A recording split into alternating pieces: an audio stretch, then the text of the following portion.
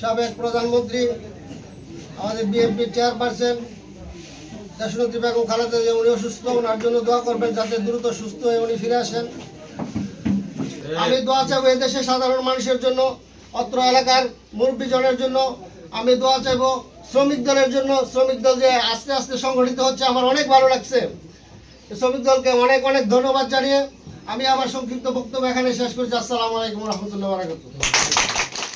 গাজীপুরের গাছা বাজারে শ্রমিক দলের উদ্যোগে ইফতার ও দোয়া মাহফিল অনুষ্ঠিত হয়েছে।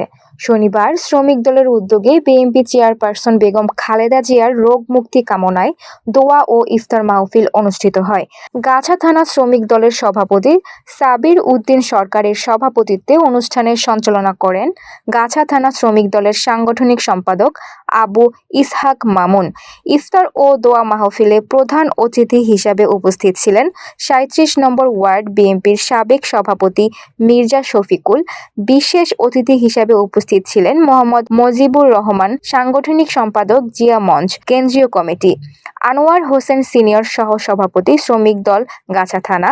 এছাড়া উপস্থিত ছিলেন ৩৬ নম্বর ওয়ার্ডের বিএনপি ও অঙ্গ সহযোগী সংগঠনের নেতৃবৃন্দ।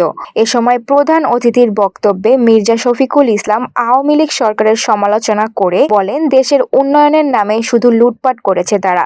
18 কোটি মানুষের ঘাড়ে বাক্যযন্ত্র ঠেকিয়ে মানুষকে শোষণ করেছিল। দেশের গণতন্ত্র মানুষের মৌলিক অধিকার হরণ করে নিত্যপণ্যের দাম মানুষের ক্রয় ক্ষমতার বাইরে রেখেছিল। 15 বছর পর এই রমজানে নিম্ন আয়ের মানুষের মধ্যে স্বস্তির দেখা মিলেছে। নিত্য প্রয়োজনীয় সকল পণ্য মানুষের ক্রয় ক্ষমতার মধ্যে আছে।